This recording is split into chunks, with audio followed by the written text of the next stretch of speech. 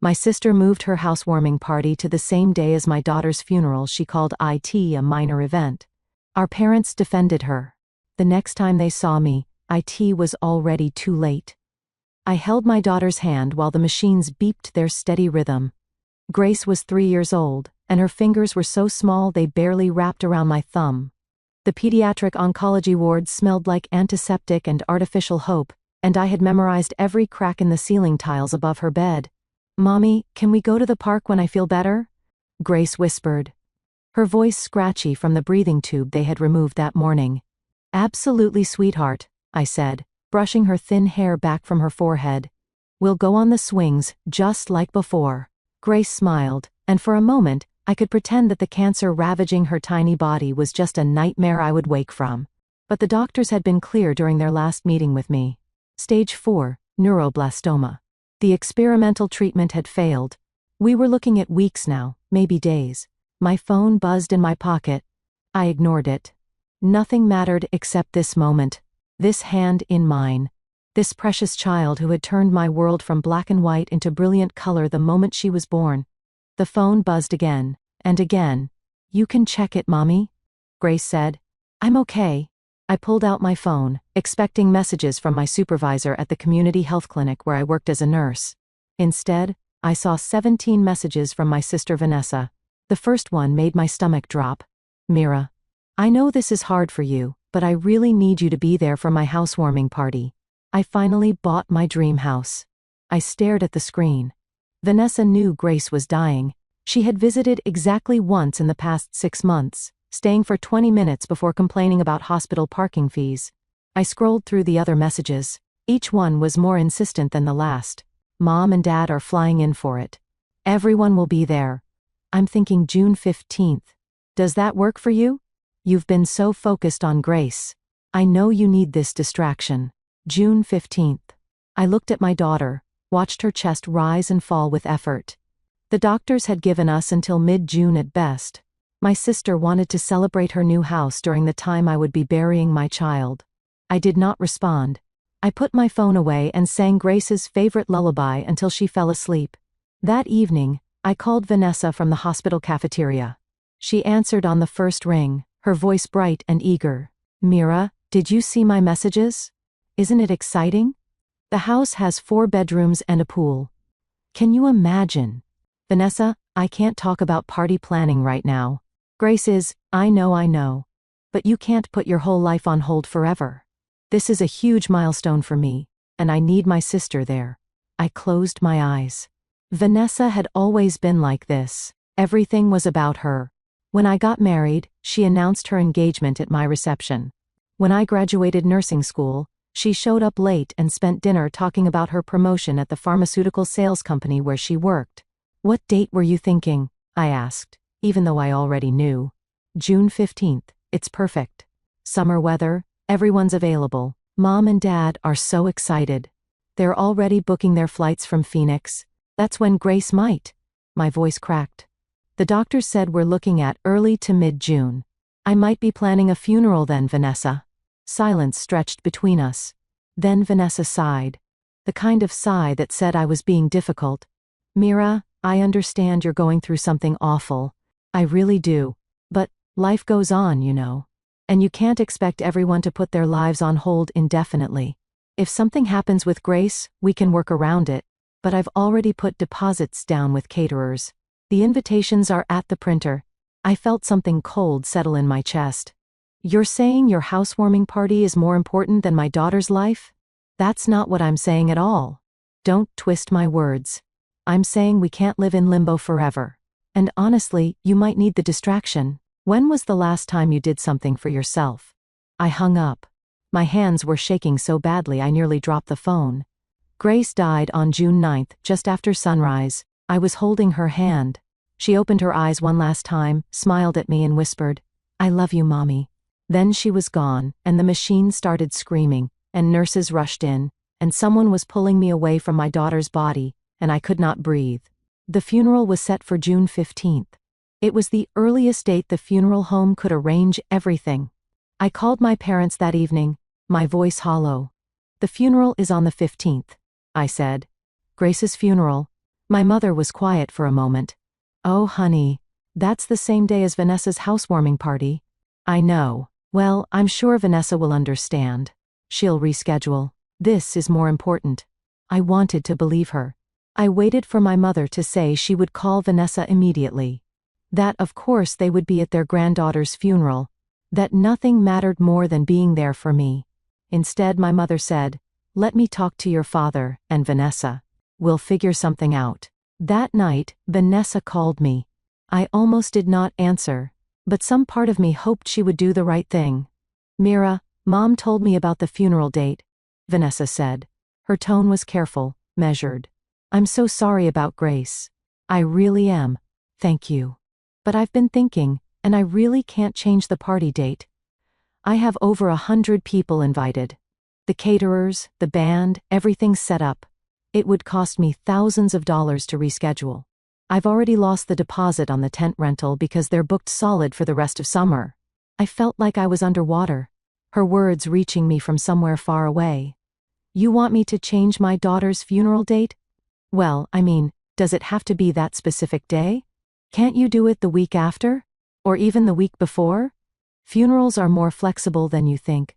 My friend's mom died last year, and they waited almost 3 weeks for the service. And Grace is at the funeral home, Vanessa. In a refrigerator. You want me to leave my daughter's body in storage so you can have your party? Don't be dramatic. I'm just saying there are options. And honestly, Mira, a funeral is such a sad event. Maybe it would be better for everyone to have some time to process before gathering. You know, let the shock wear off. The shock of my daughter dying. Yes. Look, I don't want to fight with you. You're grieving. And you're not thinking clearly.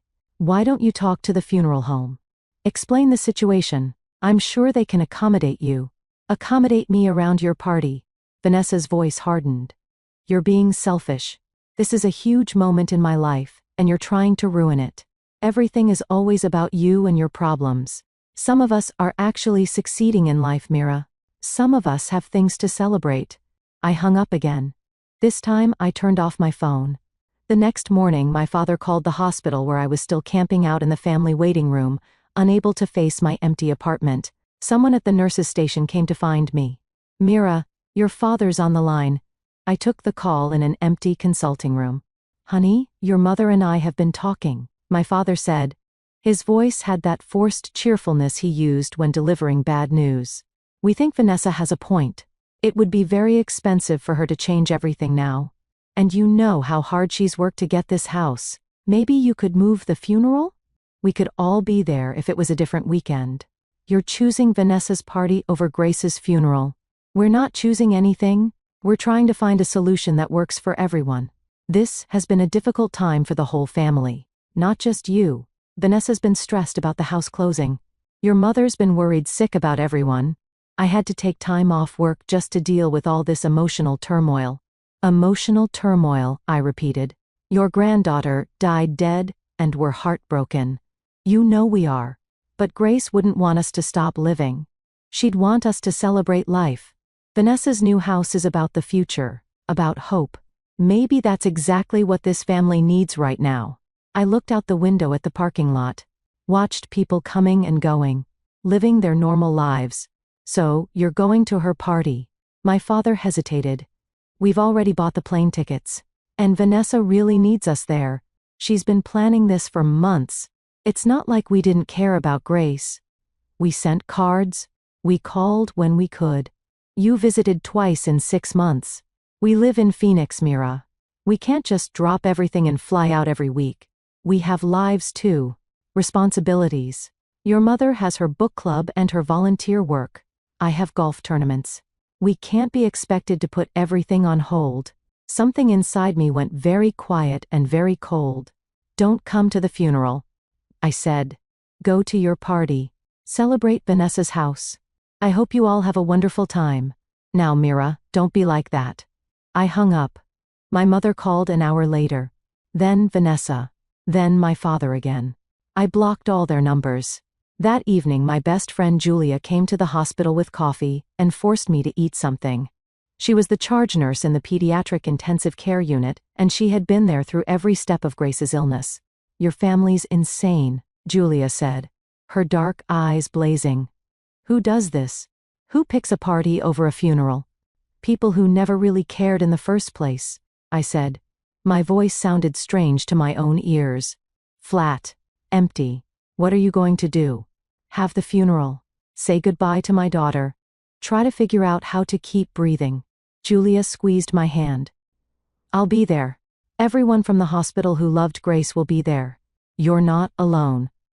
But I was alone. I had never felt more alone in my life. The funeral was small. Julia came. Grace's father David flew in from Seattle where he had moved after our divorce. We had split when Grace was 1, and he had been sporadic in his involvement, but he had loved her in his way. His face was ravaged with grief. Some colleagues from the clinic attended. A few neighbors.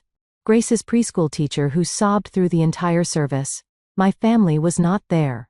I stood at Grace's tiny white casket and delivered the eulogy I had written at 3 a.m, my hands shaking so badly the paper rattled. I talked about her laugh. Her love of strawberries. The way she sang made-up songs about everything she saw. I talked about her bravery, how she never complained even when the treatments made her so sick she could not lift her head. I talked about the light she brought into the world, and how that light had been extinguished far too soon. I did not mention my sister.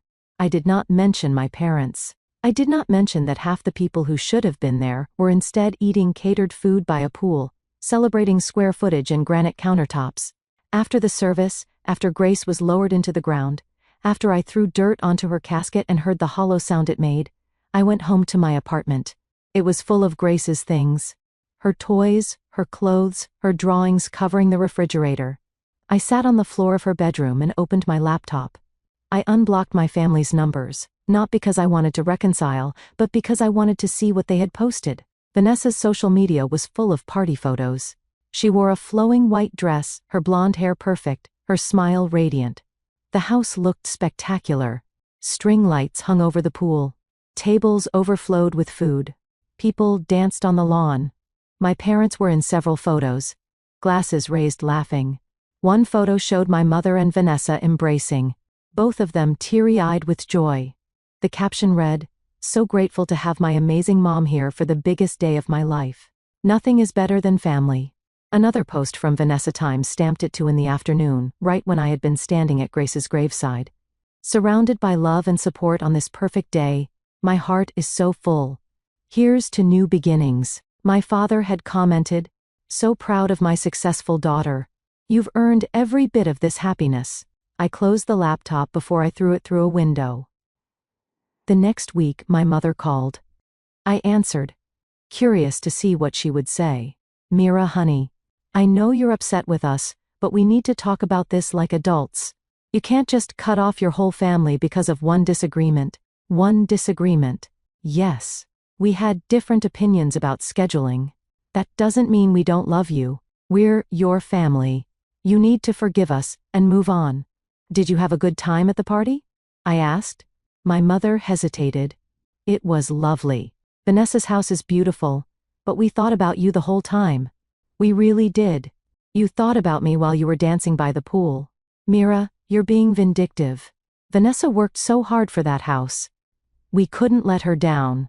And honestly, it wasn't like we could do anything for Grace. She was already gone. Our being at the funeral wouldn't have changed that.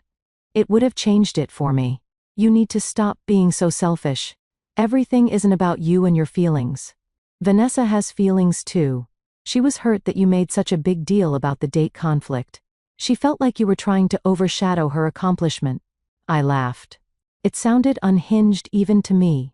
I was burying my daughter, and Vanessa felt overshadowed. You know what I mean. You've always had a flair for drama, Mira.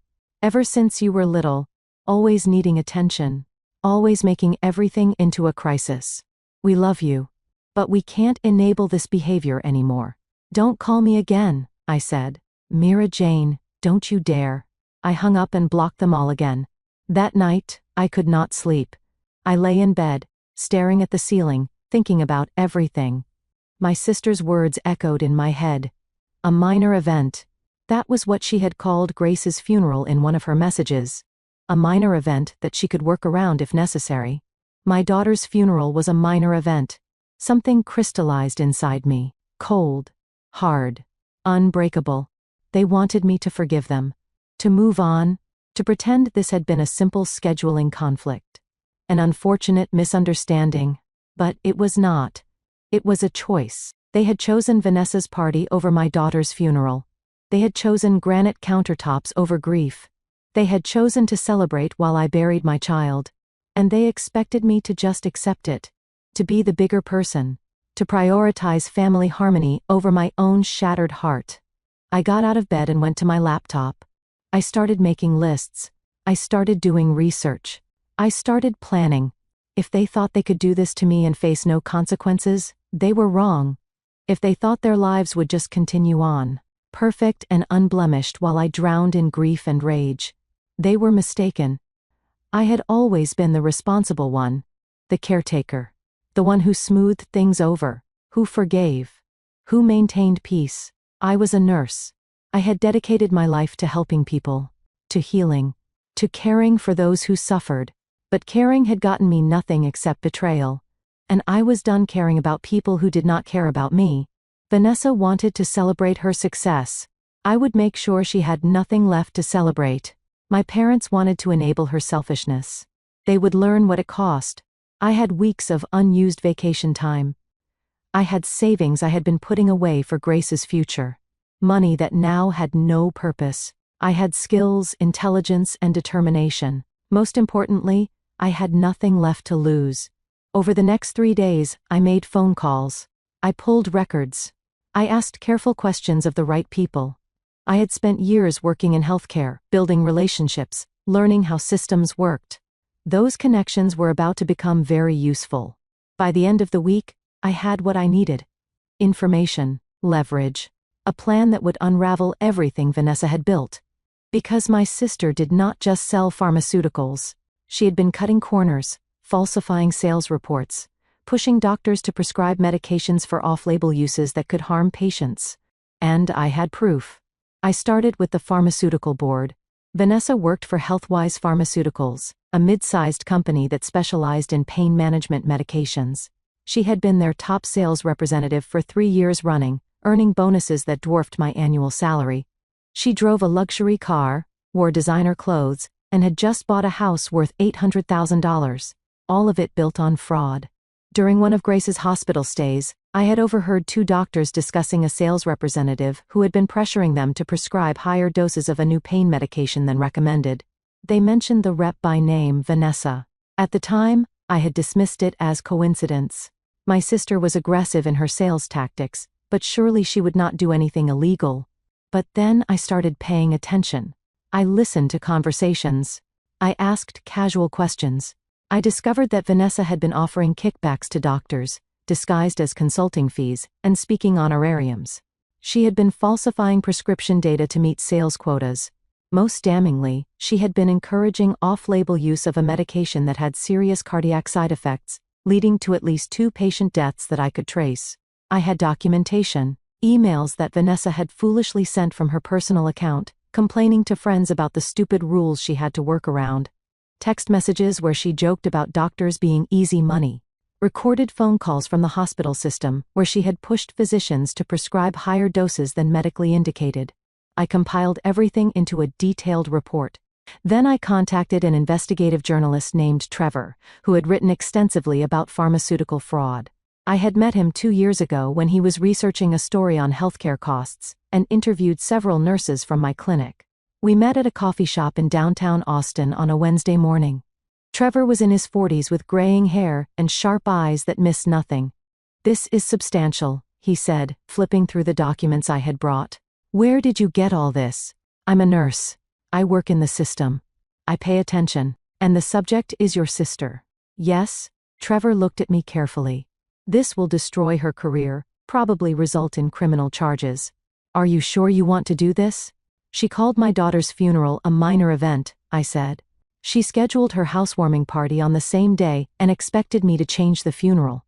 My parents went to her party instead of supporting me. So yes, I am very sure." Trevor nodded slowly. "I need to verify everything independently. It'll take me a few weeks. But if this all checks out, I'll run the story." The pharmaceutical board will have to investigate. That's all I ask. I left the coffee shop feeling lighter than I had in weeks. The first domino was positioned. Now I just had to wait for it to fall. While Trevor investigated, I turned my attention to my parents. They had enabled Vanessa's behavior my entire life. They had chosen her over me again and again. They deserved consequences too. My parents, Harold and Janet, lived in a retirement community in Phoenix. They had sold the family home in Dallas 5 years ago and moved to Arizona for the warm weather and low taxes. My father was a retired accountant. My mother had been a real estate agent before retiring. They were comfortable, but not wealthy. Their retirement income came from my father's pension, Social Security, and a modest investment portfolio he managed himself. I knew my father's investment strategy because he had talked about it endlessly whenever we visited. He was proud of his financial acumen, always bragging about the returns he generated. He kept everything in a brokerage account he monitored daily. I also knew that my father used the same password for everything. I had seen him log into various accounts over the years, always typing the same combination. The street name of our old house plus my mother's birth year. He thought he was being clever by not using something obvious like birthdays or pet names. I did not plan to steal from my parents. That would be criminal. But I could make their financial life significantly more complicated. I created several email addresses with names similar to legitimate financial institutions. I sent my father official-looking correspondence about suspicious activity on his accounts, about required tax documentation for phantom investments, about urgent security updates needed immediately. I knew my father. He would panic. He would make impulsive decisions. He would call his brokerage at odd hours, demanding explanations for things that did not exist. He would freeze accounts, transfer money, create chaos trying to protect assets that were not actually threatened. I also sent carefully crafted emails to my mother, posing as someone from her old real estate firm, asking about commission discrepancies from years ago, suggesting potential tax audits, requesting documentation she no longer had. Within a week, my father called Vanessa in a panic. I knew because Vanessa posted about it on social media, complaining about having to deal with family drama when she was trying to enjoy her new house. My dad thinks his accounts are compromised, she posted. Spent 2 hours on the phone trying to calm him down. Why are old people so bad with technology? Perfect. 2 weeks after my meeting with Trevor, he called. I verified everything, he said. This story runs tomorrow. The pharmaceutical board has already been notified in their opening and investigation. Federal prosecutors are looking at it too. Your sister is about to have a very bad day. Thank you. I'm sorry about your daughter, Trevor added. I have a kid. I can't imagine what you went through. I hope this gives you some peace. It would not give me peace. Nothing would bring Grace back. But it would give me satisfaction, and that was enough. The article published on a Thursday morning. It was front-page news on the online edition of the Austin Chronicle, with a headline that left no room for misinterpretation. Top pharmaceutical sales rep accused of fraud, kickbacks, and endangering patients. Vanessa's name was in the first paragraph. Her photo, pulled from her own social media, accompanied the article. The piece detailed years of fraudulent activity, complete with specific examples, documented evidence, and quotes from doctors who confirmed the pressure tactics she had used. By noon, Vanessa's social media accounts had been deleted. By afternoon, news vans were parked outside her new house. By evening, HealthWise Pharmaceuticals had issued a statement announcing her immediate termination and full cooperation with all investigations. My phone rang continuously. I ignored every call from my family.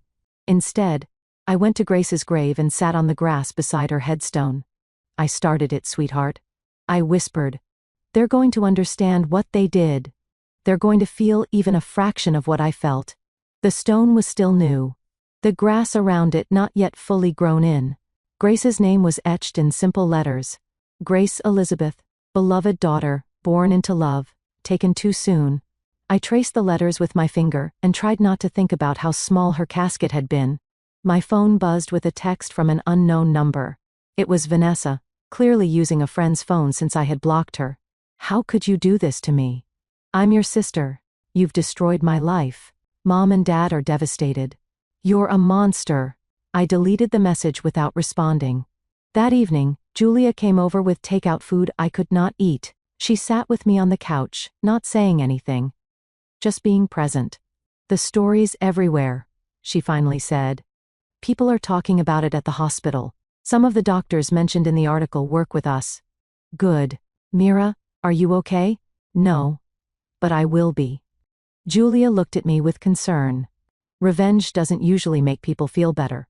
It just makes them feel empty. I already feel empty, I said.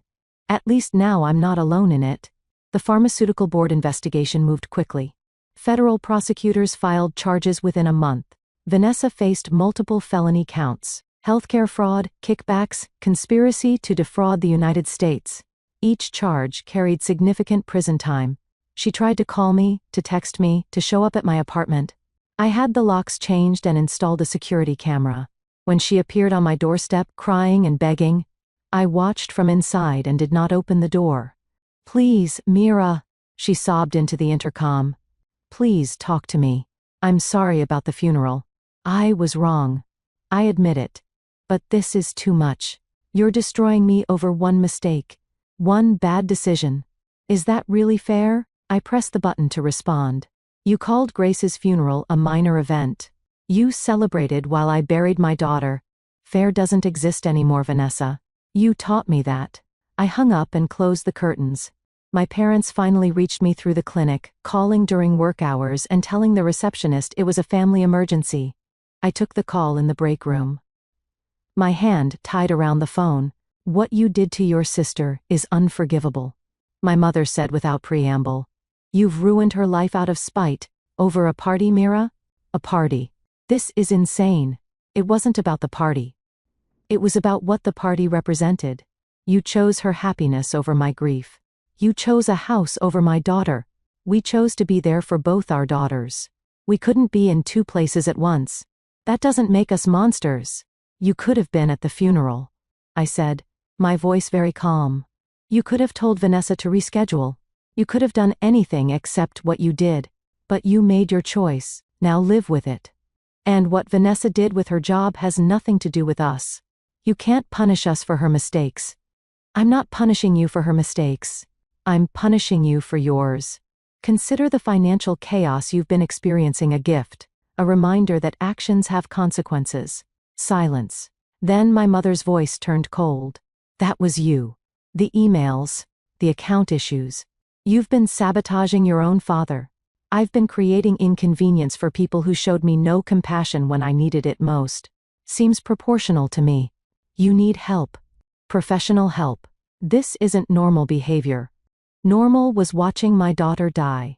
Normal was standing at her grave alone. Normal was seeing my family celebrate while I grieved. I'm done with normal. I hung up. The next phase of my plan required patience. I waited 3 months, letting Vanessa's legal troubles mount. Her bail was set at $200,000. She had to put up her new house as collateral. Her legal fees were astronomical. She was radioactive in the pharmaceutical industry, unable to find work even in unrelated fields. My parents had to help her financially. I knew they would. They always rescued Vanessa. I watched from a distance as they liquidated investments to pay her lawyers, as they took out a second mortgage on their retirement condo to cover her bail, as they went into debt defending their golden child. Then I contacted several news outlets with a different angle on the story. I provided them with photos from Vanessa's housewarming party.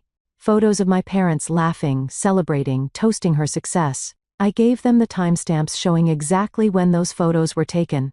I gave them the date of my daughter's funeral. The follow-up articles were brutal.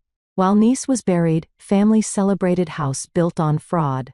Parents chose party over grandchild's funeral, now bankrupt supporting criminal daughter. The story went viral. Social media erupted with outrage. People who had never met my family sent them hate messages. My parents' retirement community received complaints. Vanessa's neighbors who had been at her party were interviewed and expressed shock and disgust. The court of public opinion was vicious. My mother called from yet another number. Her voice ragged. Are you happy now? Are you satisfied? We've lost everything. Our savings, our reputation, our peace. Strangers spit at us in grocery stores. We can't go anywhere without being recognized and harassed. Your father had a heart attack from the stress. He's in the hospital. Does that make you feel better? Is he going to die? I asked. What? Is my father going to die? Because if he is, I should probably know so I can schedule accordingly. I'd hate to have any conflicts with my plans. My mother made a sound like a wounded animal. How did you become this person?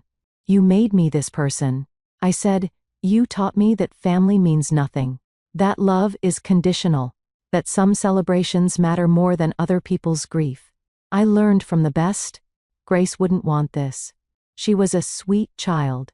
She'd be horrified by what you're doing. The mention of my daughter's name in my mother's mouth made me see red. Don't you dare talk about Grace. You have no right to her memory. You abandoned her. You chose a party over her funeral. She stopped being your granddaughter the moment you made that choice. We loved Grace. You loved the idea of Grace. The perfect granddaughter you could post about on social media, take photos with on holidays, brag about to your friends. You never loved the reality of Grace. The sick child who needed actual support, actual presence, actual sacrifice. That was too inconvenient for you. That's not true. It's completely true. You visited her twice in 6 months. Twice. While she was dying. You couldn't be bothered to fly out more than that because it would interfere with golf and book club. So don't pretend you loved her. Don't pretend you're anything other than selfish people who only care about appearances. My mother was crying now. We're your parents. We made mistakes, but we tried our best. We don't deserve this. I was your daughter. I made no mistakes except loving you. I didn't deserve what you did to me either. Life isn't fair, Mother. You taught me that lesson very well. I hung up and blocked that number too. 4 months after the initial article, Vanessa's trial began. The evidence was overwhelming. She took a plea deal. 5 years in federal prison. Restitution to victims. Permanent ban from working in pharmaceuticals or healthcare. Her sentencing hearing was public. I attended, sitting in the back of the courtroom. Vanessa saw me. Our eyes met across the room. Hers were filled with tears and hatred in equal measure. The judge asked if she had anything to say before sentencing. Vanessa stood. Her designer clothes replaced with a plain gray suit. Her perfect hair pulled back in a simple ponytail. I take responsibility for my actions, she said, her voice shaking. I made terrible choices. I hurt people. I violated the trust of medical professionals and patients. I deserve punishment. She paused, looked directly at me. But I want the court to know that my own sister orchestrated my downfall, not out of concern for patient safety, not out of righteousness, but out of revenge over a family disagreement. She deliberately destroyed my life to punish me for attending my housewarming party instead of her daughter's funeral. She's not a hero. She's vindictive and cruel. And she used the legal system as a weapon. The prosecutor objected. The judge sustained. But Vanessa had said what she wanted to say. The judge sentenced her to the agreed-upon 5 years. As she was led away, Vanessa looked back at me one more time. I held her gaze, my face expressionless, until she turned away. My parents tried one final time to reach me. They came to Austin, showed up at the clinic where I worked. Security called me down to the lobby. They looked terrible. My father had lost weight. His face gray and haggard. My mother's hands shook. They had aged a decade in 6 months. We're leaving Phoenix, my father said. We can't afford to stay. We've sold the condo at a loss. We're moving to a smaller place in Oklahoma near your aunt. We wanted to see you before we left.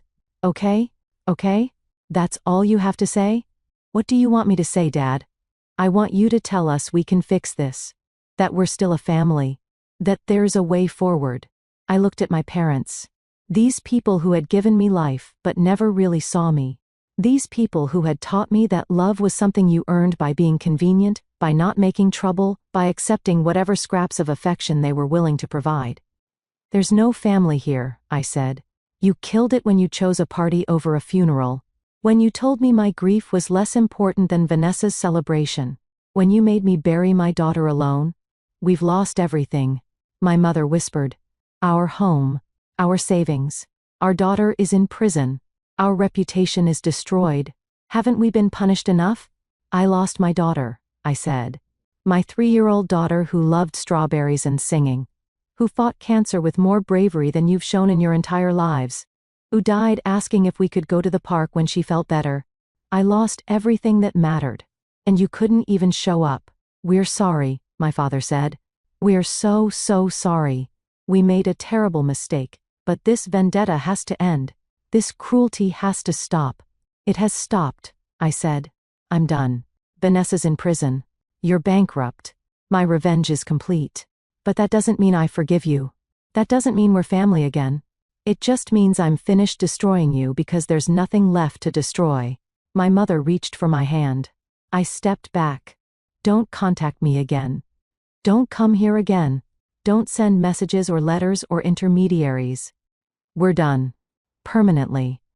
Mira, please. My name isn't Mira to you anymore. I'm a stranger. Treat me like one. I walked away. Security escorted my parents out. I never saw them again.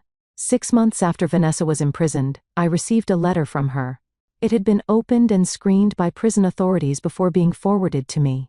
I almost threw it away, but curiosity made me read it. The handwriting was messy, not like Vanessa's usually perfect script. Mira, I don't expect you to forgive me. I probably don't deserve forgiveness. But I need you to understand something. I was wrong about the party. I should have canceled it. I should have been at Grace's funeral. I was selfish and horrible. And I've had a lot of time to think about that. But what you did went beyond justice. You didn't just expose my crimes. You orchestrated my complete destruction. You ruined Mom and Dad financially. You turned the entire world against us. You weaponized my mistakes to serve your need for revenge. I'm in prison because I deserve to be. But you put me here not because you cared about my victims, but because you wanted me to suffer. And I am suffering. Every day. I've lost my career, my house, my freedom, my family. I've lost everything. I hope it was worth it. I hope my pain fills the hole Grace left in your heart. But I don't think it will. I think you'll always be empty, no matter how many people you destroy. I loved Grace too. I know I didn't show it well. I know I was a terrible aunt. But I did love her. And I think she'd be sad to see what you've become. Vanessa. I read the letter twice. Then I burned it in my kitchen sink and washed the ashes down the drain. A year after Grace died, I stood at her grave on a Sunday morning. The grass had filled in completely now. Flowers grew around the headstone, planted by the groundskeepers. The cemetery was quiet, except for birds singing in the trees. I did what I set out to do, I told her. Vanessa's in prison. Mom and Dad lost everything. Everyone knows what they did to us. Everyone knows they chose a party over your funeral. The wind rustled through the leaves. Somewhere nearby, someone was placing flowers on another grave. Vanessa said you'd be sad about what I became. Maybe she's right. Maybe you would be disappointed in me. But I needed them to understand. I needed them to hurt the way I hurt. I sat down on the grass, leaning against the headstone. The thing is, sweetheart, it doesn't feel the way I thought it would. I thought I'd feel satisfied, vindicated. I thought watching them suffer would somehow balance the scales. But it just feels empty. Different empty than before, but still empty. A woman walked past with a small child. A little girl about Grace's age. The child was laughing, running ahead of her mother, full of life and energy. I watched them until they disappeared behind a mausoleum, and the ache in my chest threatened to split me open. I miss you so much, I whispered. Every single day. Every single moment. Nothing makes it better. Not revenge. Not justice. Not anything. You're just gone. And I'm still here. And I don't know how to live in a world without you.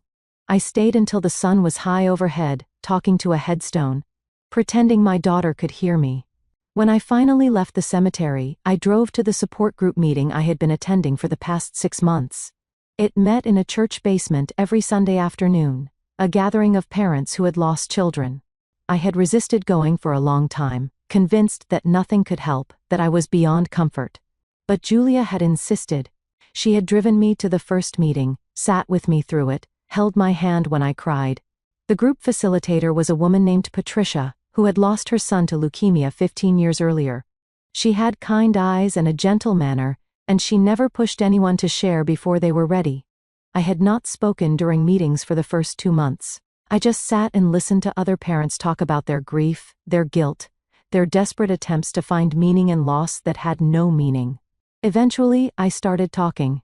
I told them about Grace, about the cancer, about her bravery, about how she died. I did not tell them about the revenge. That was separate. Private. Something I carried alone. Today, Patricia asked how everyone was managing with the approaching holidays. Thanksgiving was 3 weeks away. Christmas would follow soon after. The first holiday season without Grace had been unbearable. The second was approaching fast, and I felt unprepared. "I'm dreading it," admitted Robert, a father who had lost his teenage daughter in a car accident. "Last year, I couldn't even look at a Christmas tree without breaking down. This year, I don't know if I can do it at all." "I'm putting up decorations," said Margaret, whose infant son had died of sudden infant death syndrome. "It feels wrong, like I'm betraying him by celebrating. But I have other children who need normalcy, who need to see that life continues." The conversation continued around the circle. When it reached me, I hesitated. "I don't have family anymore," I said finally. "My parents and sister aren't in my life. So the holidays are just empty days on the calendar. That's easier in some ways, harder in others." Patricia nodded. "Grief often reshapes our relationships. Some connections deepen. Others break under the strain. These ones needed to break," I said. "They were already broken. I just finally saw it clearly." After the meeting, a woman named Diane approached me. She had lost her daughter to brain cancer 2 years earlier, and we had spoken a few times before. "I heard about your sister," she said quietly. "The pharmaceutical fraud case. I saw your name mentioned in one of the articles." My stomach tightened. "Yes. I don't judge you for it.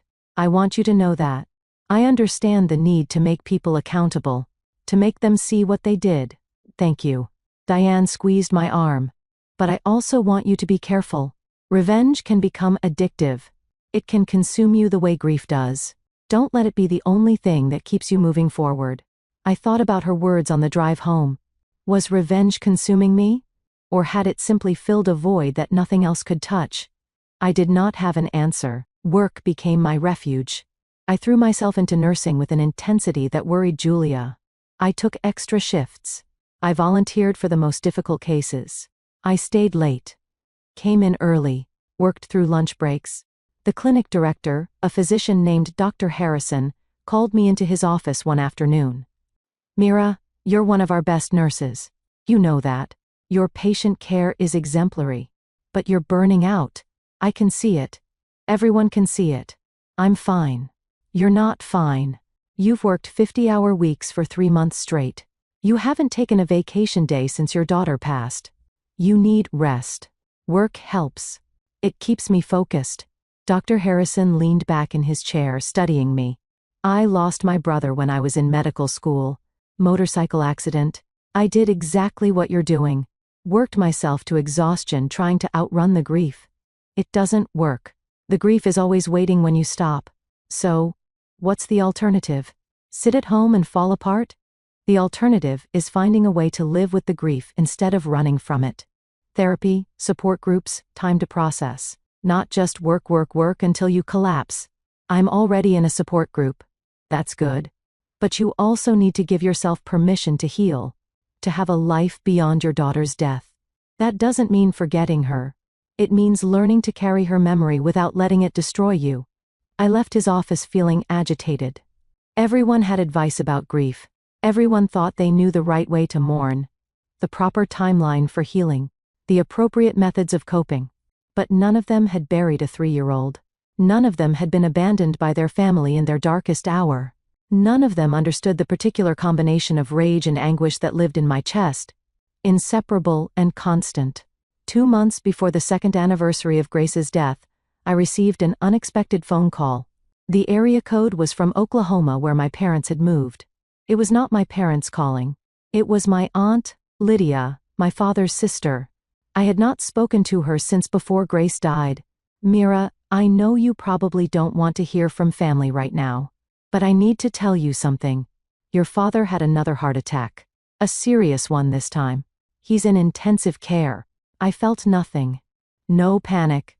No concern. No sadness. "Okay. Your mother asked me to call. She's afraid to contact you directly. She wanted you to know in case you wanted to visit. I don't. Lydia sighed. I know what happened. Your mother told me everything. About the funeral. About Vanessa. About all of it.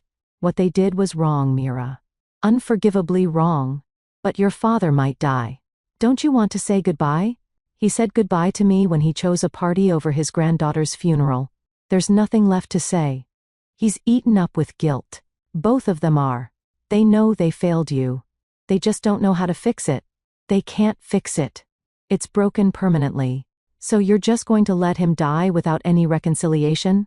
You're going to carry that forever? I'm already carrying forever, Aunt Lydia. My daughter is dead. She died scared and in pain. And the people who should have supported me abandoned me. If my father dies, that's not my burden. That's his consequence. You've become so hard.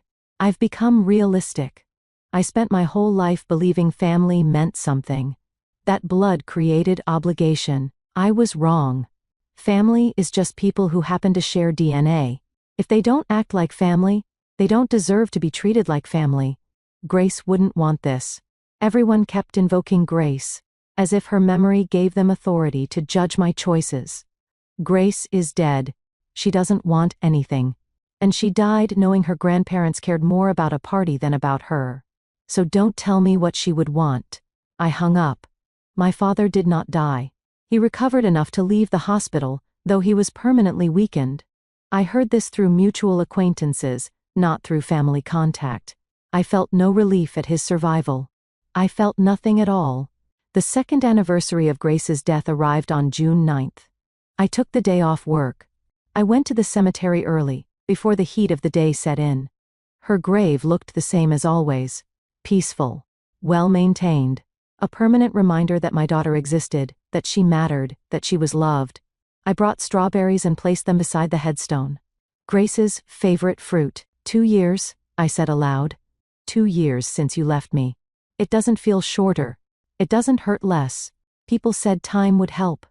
They lied. I sat on the grass, cross-legged, the way I used to sit when we had picnics in the park, before she got too sick to leave the hospital. I destroyed them, Grace. Everyone who hurt us. Vanessa's in prison. Mom and Dad lost everything. They're old and broken and alone. I did that. I made it happen. The morning sun filtered through the trees, casting dappled shadows across the graves. Vanessa said you'd be disappointed in me. Maybe that's true. You were so sweet, so forgiving. Even when you were in pain, you never wanted anyone else to hurt. But I'm not you, sweetheart. I never was. I tried to be good.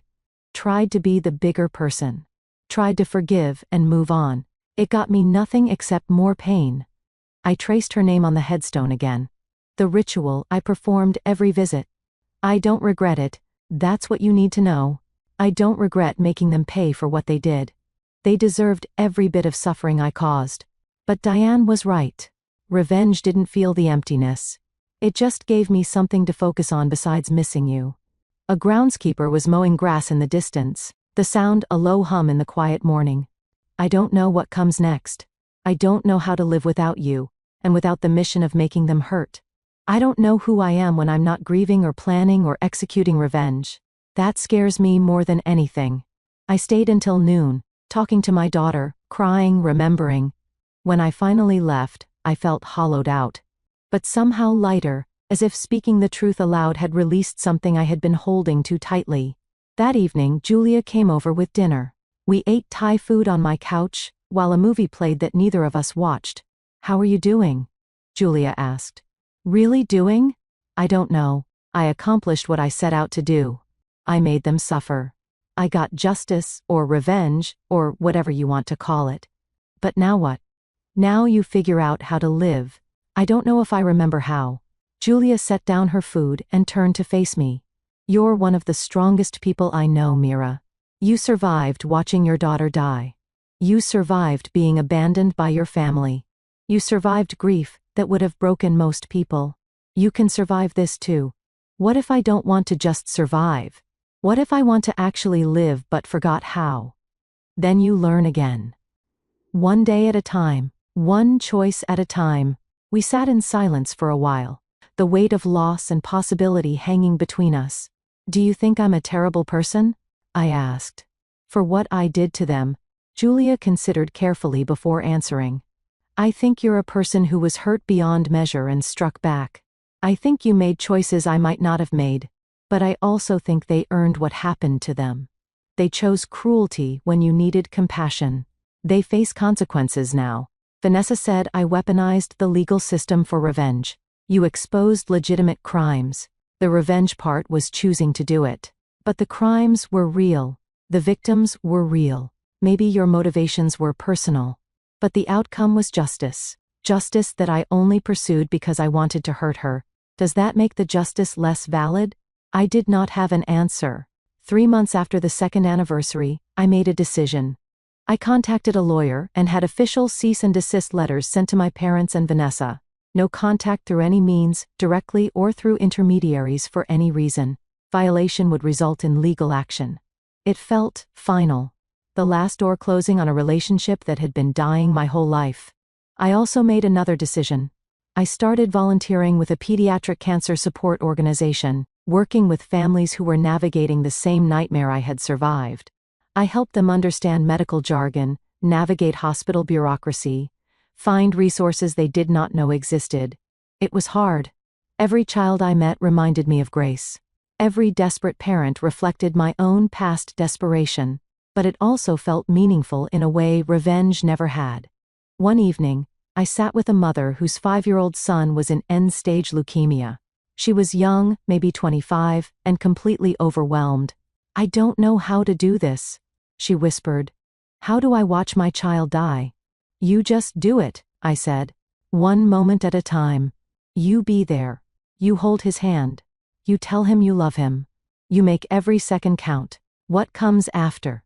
How do you survive it?" I thought about Grace, about the past 2 years, about everything I had done and everything I had lost. You survive by choosing to. Every day you wake up and choose to keep breathing. Some days, that's all you can do. Other days, you can do more. But it starts with the choice. Does it get easier? No. It gets different. The grief changes shape. The pain becomes familiar instead of shocking. You learn to carry it. But easier? No. She cried then, and I held her. This stranger who was living my nightmare all over again. When I left that evening, I felt something shift inside me. Not healing exactly, but maybe the first whisper of purpose beyond pain. The months continued. Vanessa remained in prison. Her appeals denied. My parents stayed in Oklahoma, aging and isolated. I heard through the family grapevine that they had tried reaching out to other relatives, attempting to explain their side of the story, but found little sympathy. The court of public opinion had ruled against them permanently. I learned that Vanessa's new house had been sold to cover her restitution payments, that my parents had declared bankruptcy, that the weight of their choices had crushed them as thoroughly as I had intended. I waited to feel triumphant. I never did. What I felt instead was tired. Tired of anger. Tired of pain. Tired of living in the past. Grace was gone. My family was gone. The revenge was complete. But I was still here. Still breathing. Still moving through days that felt empty of meaning. One Sunday at the support group, Patricia asked us to share something we were grateful for. It was a common exercise, one I usually resisted. When the circle reached me, I surprised myself by speaking. "I'm grateful that I learned who I could trust. I'm grateful that I found out what my family really was before wasting more years on them. I'm grateful for the time I had with Grace, even though it was too short. And I'm grateful that I'm still capable of helping other people, even after everything." Patricia smiled. "That's growth, Mira. Real growth." Maybe it was. Or maybe it was just acceptance that revenge had run its course and left me standing in the course to figure out what came next. On the 3rd anniversary of Grace's death, I went to the cemetery as always. But this time, I brought Julia with me. She stood quietly beside me while I placed flowers and strawberries at the headstone. "I love you, Grace," I said. "I always will. Every day for the rest of my life.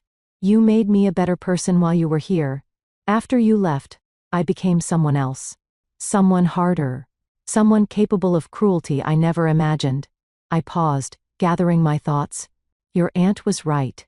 You probably would be disappointed in what I did. But I can't regret it. They hurt us. They chose wrong.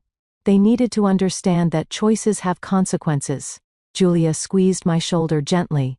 I'm trying to find my way back now. Not to who I was before you died, because that person is gone too, but to someone who can live with the grief instead of being consumed by it. Someone who honors your memory by helping others instead of just hurting the people who failed us. I touched the headstone one last time. I hope wherever you are, you're happy. I hope you're running through parks and eating strawberries and singing your made-up songs. I hope you know how much you were loved. How much you're still loved. Julia and I left the cemetery together. We went to lunch at a small cafe. And for the first time in 3 years, I talked about Grace without crying. I told Julia stories about her daughter's laugh, her strange observations about the world, her fearless imagination. She sounds like she was amazing, Julia said. She was. She really was. That evening, I received one final message forwarded through my lawyer. It was from my mother, sent through official channels as required by the cease and desist order. Mira, I know you never want to hear from us again. I'm respecting that. This is the last time I'll try to reach you. I just need you to know that we're sorry. Truly. Deeply sorry. We failed you in the worst possible way. We chose wrong. And we've paid for it. We lost everything that mattered. Our daughter is in prison. Our granddaughter is dead. We're estranged from you. We're alone. Broke. And broken. You got your revenge. I hope it brought you peace. I hope Grace is proud of what you became. I'll always love you, even if you can't love us anymore. Mom? I read it once, then deleted it. Vanessa served 3 years before being released on parole. I learned this through a news alert I had set up to track her case. She was required to live in a halfway house and work at minimum wage jobs, forbidden from any position involving healthcare or sales. I did not contact her. I did not attend her release. She was a stranger to me now, connected only by shared DNA and shared history that meant nothing anymore. My parents continued their quiet life in Oklahoma. My father's health remained fragile. My mother, I heard, had aged dramatically, her hair gone completely white, her hands shaking with a tremor that might have been physical or might have been the accumulated weight of guilt and loss. They had lost their golden child to prison and their other daughter to justified rage. They had lost their comfortable retirement to legal fees and bankruptcy. They had lost their reputation, their community, their peace. The consequences I had orchestrated had played out exactly as I intended. They suffered. They understood. They paid for choosing a party over a funeral, for valuing celebration over grief, for abandoning me when I needed them most. And yet, as I sat in my apartment on a quiet Tuesday evening, 3 years and 7 months after Grace died, I realized something important. The revenge had been necessary. It had been earned. It had been just, but it had not healed me. It had not brought Grace back. It had not filled the void her death created. What had started to heal me, slowly and painfully, was choosing to move forward, choosing to help other families facing what I had faced, choosing to find purpose in the grief instead of drowning in it, choosing to honor Grace's memory by being someone who created light instead of just distributing darkness. I looked at the photo of Grace on my mantle, the one from her 3rd birthday, 2 months before her diagnosis. She was laughing, her face covered in chocolate cake, her eyes bright with joy. I walked away from them forever, sweetheart. I whispered to the photo. They hurt us, and I made sure they understood what that meant. The revenge journey taught me that sometimes the people who should love us most are capable of the deepest betrayal. But it also taught me that I'm stronger than I ever knew. Strong enough to survive losing you, strong enough to destroy the people who failed us, and maybe strong enough to build something meaningful from the wreckage. Outside my window, the city continued its endless rhythm. People lived their lives, unaware of my story, untouched by my grief or my rage. The world kept turning, indifferent to loss, indifferent to revenge, indifferent to everything except its own momentum, and I kept turning with it, carrying Grace's memory, carrying the weight of what I had done, carrying the possibility that someday the burden might feel less like punishment and more like a different kind of strength.